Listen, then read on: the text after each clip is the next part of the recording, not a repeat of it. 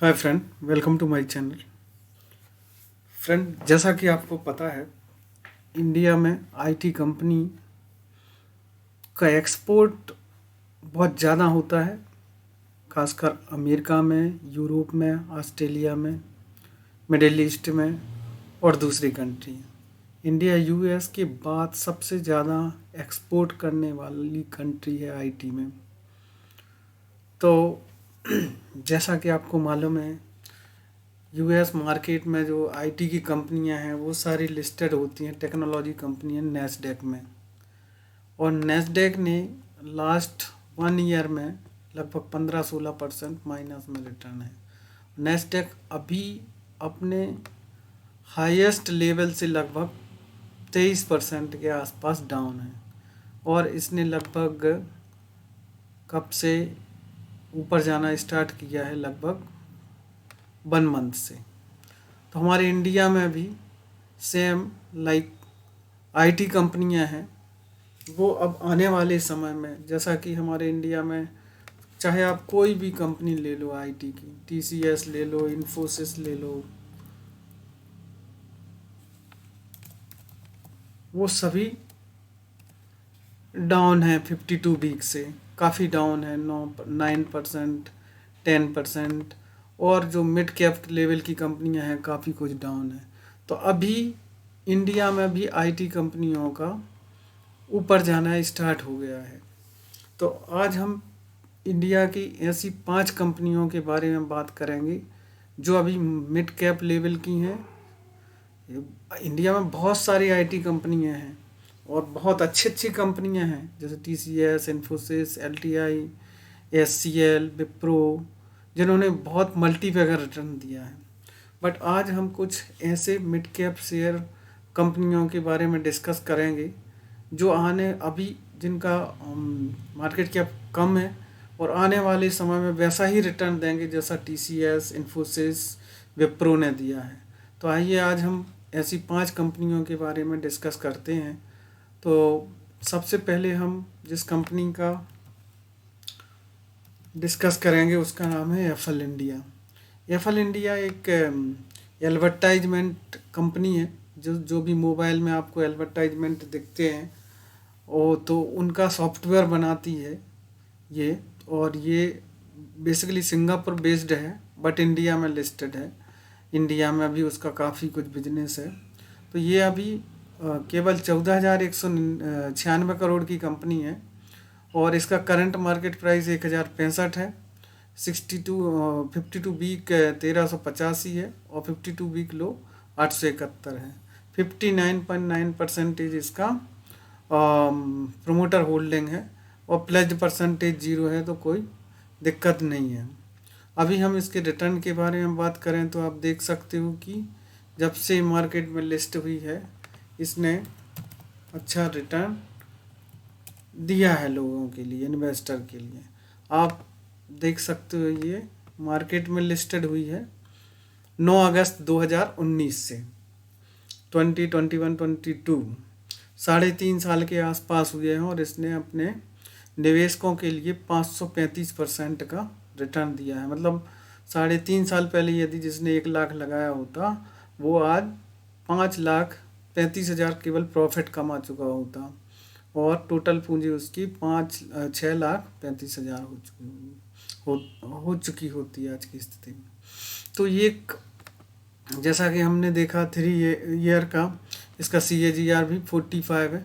हाँ, 1 ईयर में ज़रूर इसने रिटर्न नहीं दिया है क्योंकि सारी कंपनियां, चाहे इंडिया की हों चाहे यूएस की हों, टेक्नोलॉजी कंपनियों ने रिटर्न अच्छा नहीं दिया है। बट अब ये ऊपर जाना स्टार्ट हो गया है। आप देख सकते हो लगभग 15-20 दिन से आईटी का ऊपर की ओर ही जाना स्टार्ट है।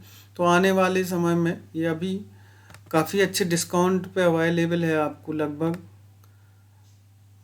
25 से 27.59 27-28% के आसपास आपको डिस्काउंट दे रही है।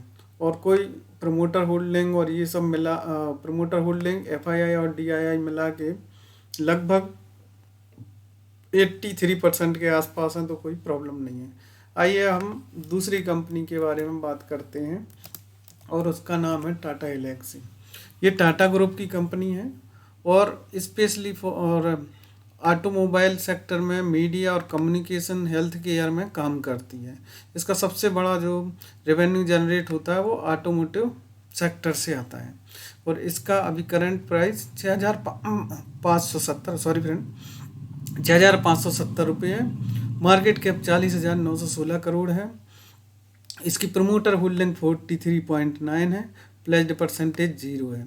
ये प्रमोटर होल्डिंग कम है, इसलिए हम सबसे पहले ये देखेंगे कि इनका FII और DII का इन्वेस्टमेंट कितना है यहाँ पे। तो ये प्रमोटर 43.92 है, 44, और ये लगभग 14% के आसपास है और ये 3.43 है।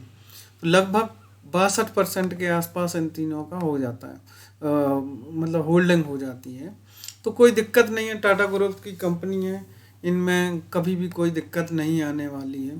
आप देख सकते हो कि रिजर्व भी इन काफ़ी अच्छे हैं। टाटा ग्रुप की कंपनी तो ऑब्वियसली अच्छे रहेंगे ही। और रिटर्न देखिए आप, 10 साल का इसने जो CAGR रिटर्न दिया 51, 5 ईयर का CAGR 46 और 3 ईयर का 90%। तो आप यहाँ पे देख सकते हो टाटा एलेक्सी का जो चार्ट पे भी आप देख सकते हो किस टाइप का इसने रिटर्न दिया है। मतलब जब से लिस्टेड कंपनी है 1999 से इसने अपने निवेशकों को 186 गुना पैसा कर दिया है। 1 लाख का 1,86,00,000 बना दिया है।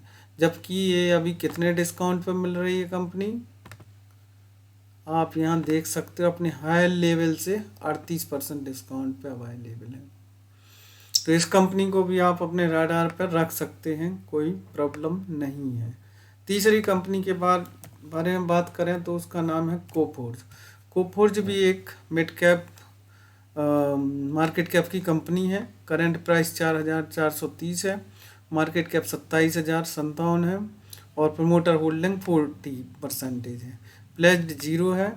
हम देखेंगे कि यहाँ पे बाकी जो दो बड़े ग्रुप हैं FII और DII का कितना परसेंटेज है। 39.99, 21.30, 26.73।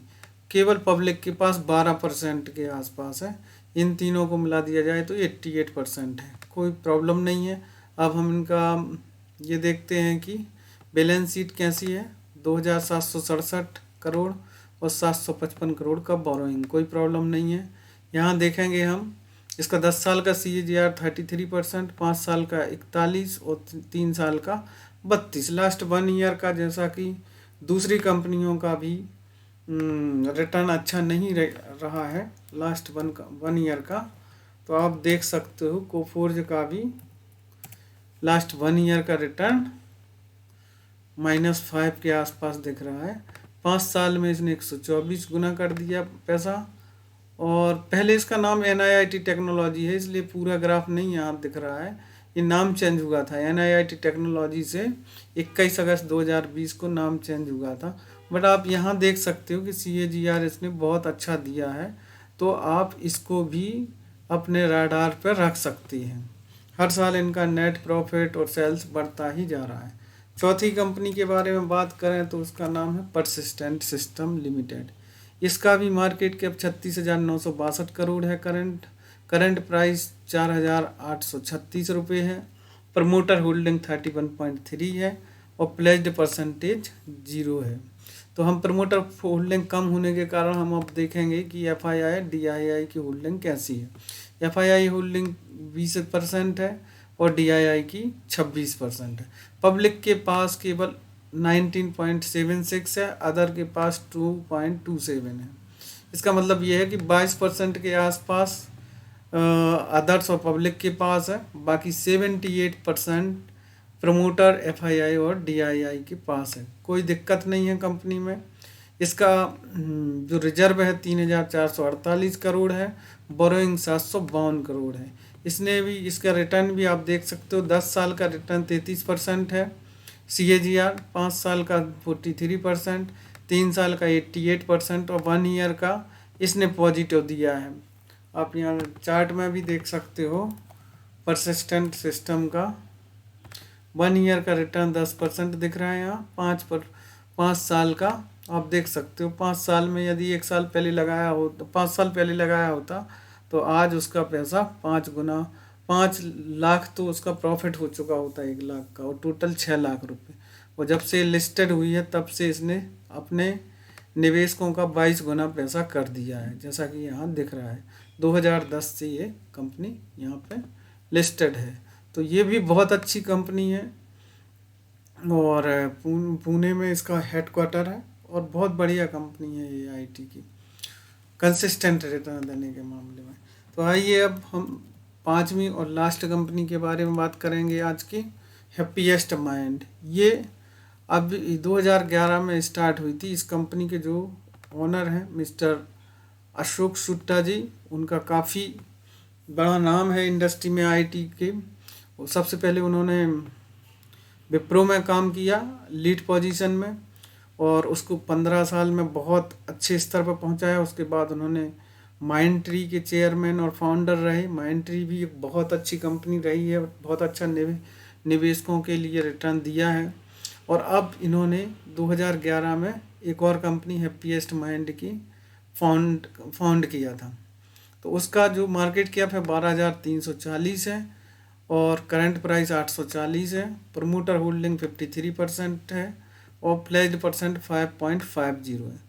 कोई दिक्कत नहीं है, चलता है थोड़ा बहुत तो प्लेज्ड परसेंटेज। बट हम देखेंगे कि डीआईआई और एफआईआई है कि नहीं है इस कंपनी में।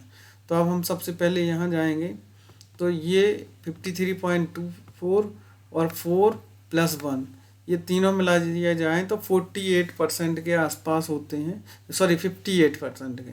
तो कोई दिक्कत नहीं है, आईटी कंपनियां 53% है प्रमोटर होल्डिंग, तो कोई प्रॉब्लम नहीं है। आज नहीं तो कल एफआईआई यहाँ पे ज़रूर आएंगे, क्योंकि ये अभी इस कंपनी को लिस्टेड ज़्यादा टाइम नहीं हुआ है, तो एफआईआई डीआईआई इसमें नहीं है।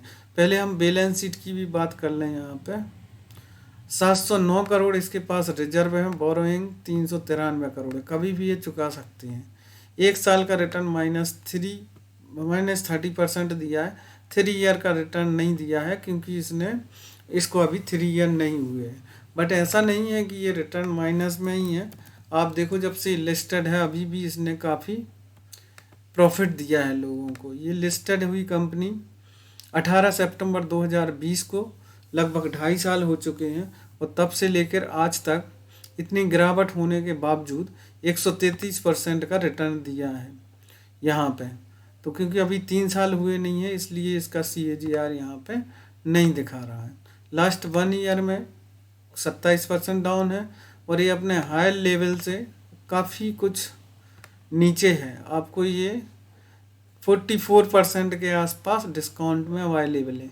ये भी बहुत अच्छी मैनेजमेंट की कंपनी है। हर साल इनका प्रॉफिट और सेल्स और मार्जिन बढ़ते जा रहे हैं, और ये भी आने वाले समय में वैसा ही रिटर्न देगी जैसा कि दूसरी मिड कैप कंपनियों ने दिया है। तो इस कंपनी को भी आप अपने राडार पर रखिए। ये भी बहुत अच्छी कंपनी है। तो ये 5 कंपनियां थी आज की जिनके बारे में हमने डिस्कस किया। और ये पांचों कंपनियां यदि हमने इसलिए डिस्कस की क्योंकि आईटी में मूव होना स्टार्ट हो गया है कुछ समय से। तो आप इन 5 कंपनियों में से 2 या 3 कंपनियां, कोई भी जो आपको अच्छी लगे, एसआईपी के रूप में आप इसमें इन्वेस्ट कर सकते हैं।